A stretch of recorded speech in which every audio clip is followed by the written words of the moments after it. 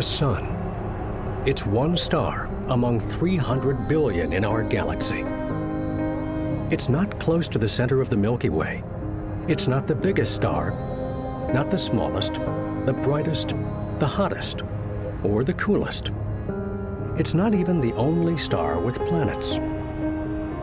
Class G yellow stars like the Sun make up 1 out of 13 stars in our stellar neighborhood.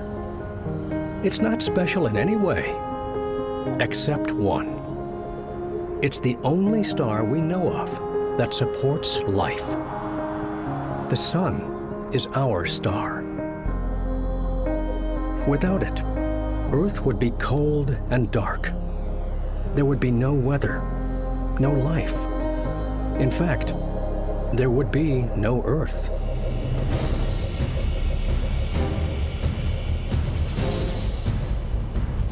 From the dawn of life and through most of human history, the Sun was a benevolent giver of light, heat, and energy. But now, as we rely more and more on technology, we're learning that our star is more dangerous than our ancestors ever knew.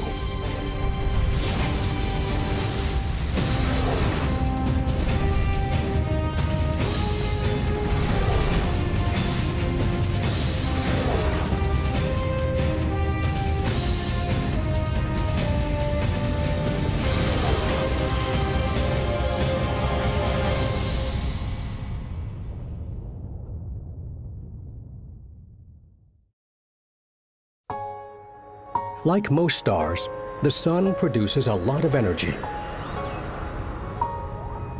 It produces enough energy in 1 second to power human civilization for 500,000 years. Energy from sunlight enables life to thrive and multiply on the Earth. Nearly all life on Earth is supported by photosynthesis, the process plants use to convert sunlight to chemical energy. Animals eat plants and use that energy too. Those animals are eaten by other animals, and the energy moves up the food chain. The energy in the food you eat originally came from the Sun. Most of that energy is light.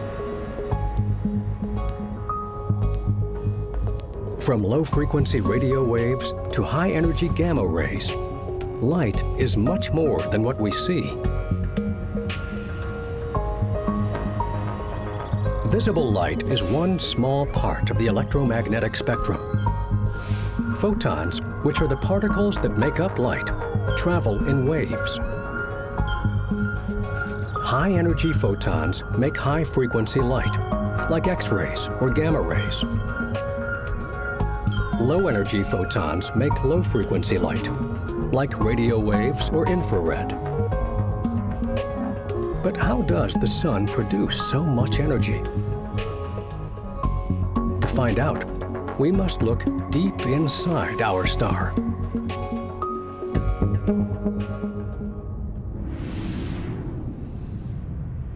The Sun has 6 main layers.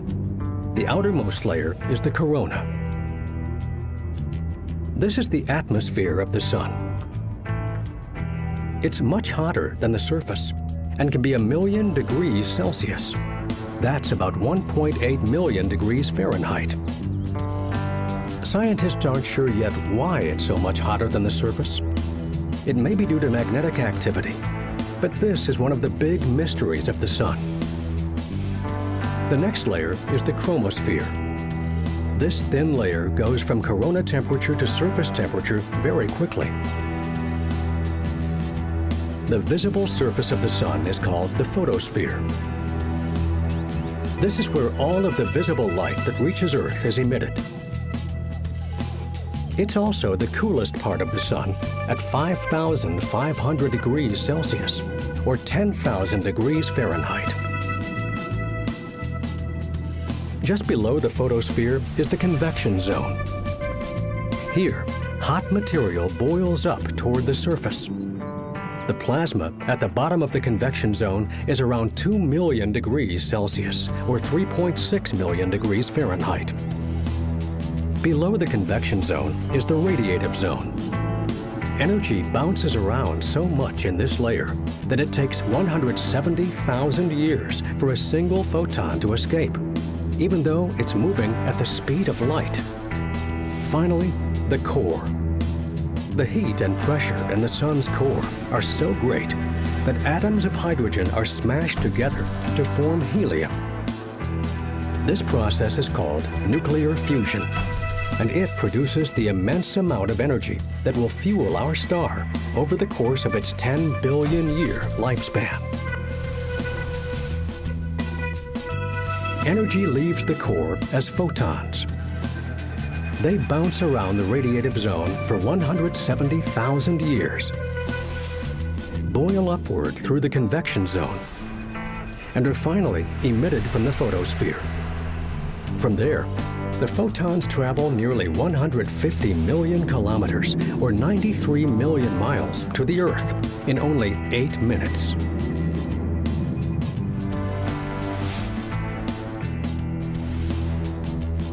The sun emits light across the entire electromagnetic spectrum. But high-energy wavelengths like ultraviolet, X-rays, and gamma rays are incredibly dangerous to life on Earth. How can life survive all of that dangerous electromagnetic radiation? The answer is Earth's atmosphere. The envelope of gas that surrounds our planet blocks nearly all of the dangerous wavelengths of light. The visible portion of the electromagnetic spectrum, the light we can see, passes right through. So do some radio waves, microwaves, and infrared. They help keep us warm. In addition to heat, light, and energy, the sun also bombards the Earth with high-energy particles. These particles come from the corona. This is the solar wind, and it streams from the sun constantly in all directions at speeds of 400 kilometers per second. That's about 1 million miles per hour. If the particles that make up the solar wind reached Earth's atmosphere, they would gradually strip it away, leaving Earth airless and unable to support life. Luckily, the Earth has a strong magnetic field that acts like a shield. It deflects most of the particles from the solar wind.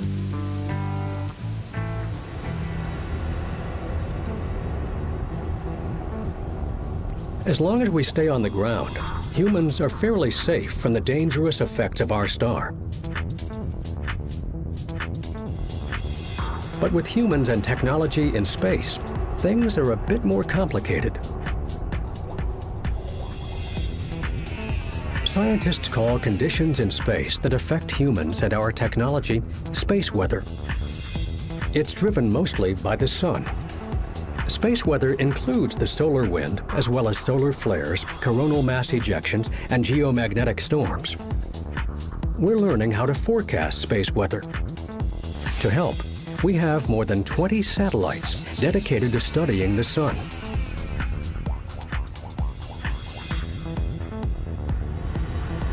But the most useful tool so far is on the sun itself. That tool is sunspots.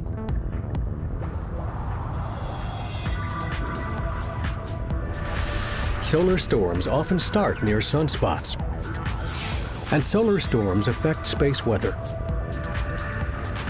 Sunspots go through a cycle every 11 years, where their number rises and falls.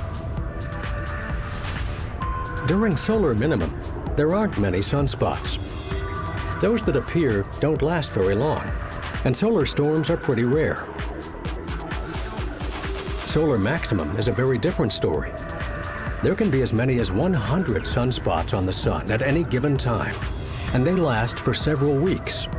Sometimes there are several solar storms per day. So why do sunspots appear?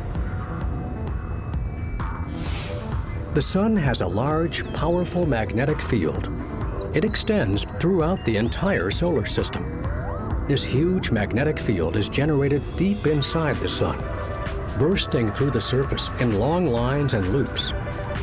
The sun isn't solid, so areas rotate at different speeds, which twists and tangles the magnetic field lines.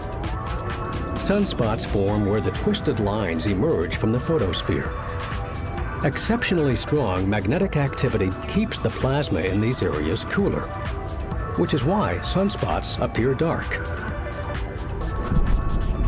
Strong magnetic energy around sunspots can drive solar storms.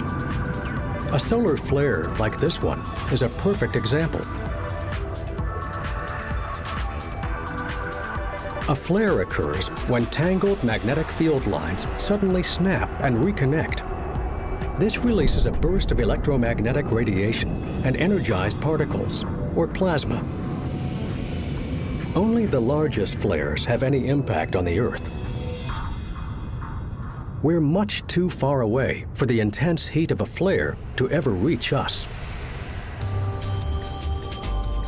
Most of the problems that flares cause are related to technology. The particles and electromagnetic radiation from large flares can cause radiation storms in Earth's outer atmosphere. This might disrupt communication signals on Earth, anywhere from a few minutes to a few hours. Everything from TV signals to GPS, and even cell phones can be affected.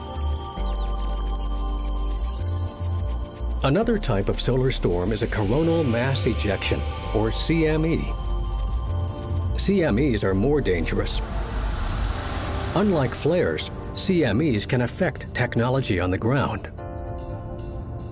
A CME is a bubble of plasma and magnetic field lines launched from the sun's atmosphere. They often start over clusters of sunspots. A single CME can contain billions of tons of material that smashes into anything in its path.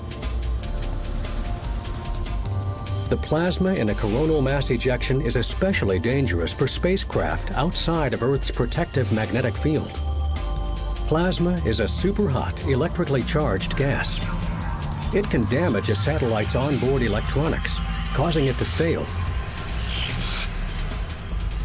Many times, the magnetic field in a CME will be repelled by Earth's magnetic field, similar to putting the north poles of two magnets together. But sometimes the two magnetic fields are attracted to each other. The result is a geomagnetic storm. Earth's magnetic field gets peeled back like an onion, and particles from the sun can reach lower into our atmosphere.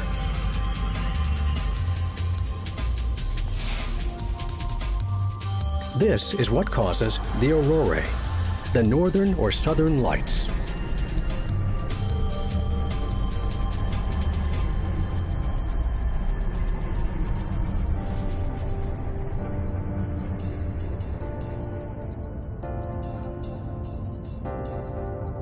A geomagnetic storm can also create ground-induced current. This is an electrical charge that travels through large conductors. Things like cars, airplanes, and even trains are safe, but power lines and water pipes aren't. Current traveling along pipes can weaken or even break them. Broken pipes might mean people have to go without water. And even though power lines are made to carry electricity, adding extra current is dangerous. Things like electrical transformers can break down. If that happens, it can take months to replace a single transformer.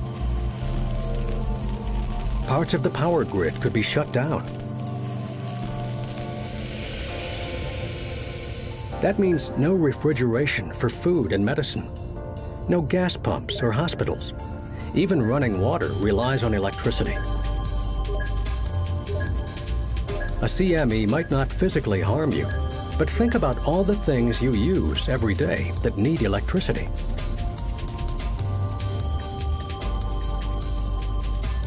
CMEs aren't rare, especially during solar maximum, but they're only dangerous if they're aimed at Earth, which is rare. The last time a supersized CME hit Earth, the northern lights reached farther south than Florida.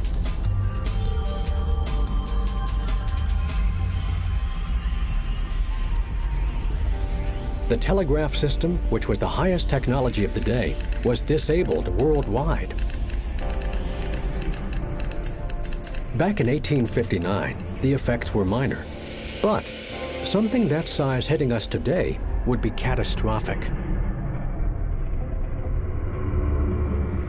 For most of human history, space weather simply wasn't a problem. It's ironic that the technology that allows us to study space weather makes us more vulnerable to it. But space weather isn't the only threat from our star. As the sun ages, it gets hotter. Anywhere from 1 to 2 billion years from now, the brighter sun will render the planet too hot for most life on Earth today.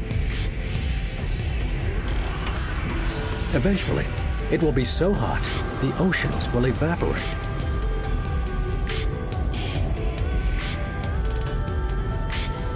Water and air will boil off into space, and Earth will be too hot and too dry for life.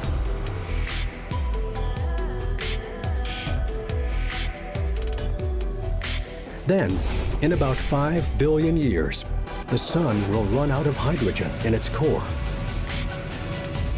It will expand into a red giant and get so big that it will engulf the orbits of Mercury and Venus, and possibly even Earth and Mars.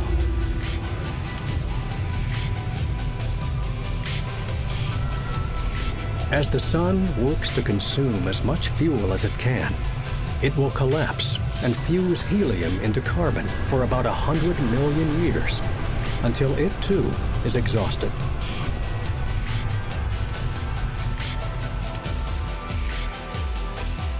At the end, there won't be an explosion, no spectacular supernova. The outer layers of the sun will just drift away, forming a nebula that will disperse in about 10,000 years. That's the blink of an eye in cosmological terms.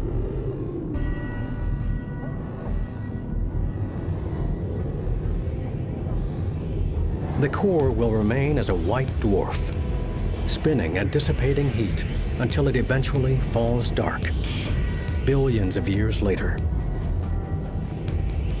It seems like such an uneventful end for the star that gave us life.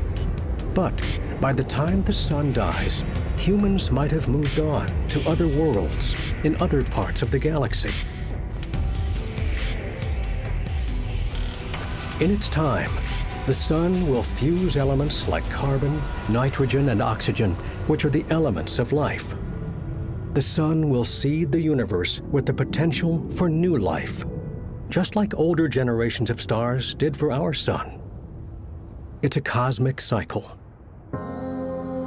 Maybe one day, humanity will witness new life on a new planet, orbiting a new sun.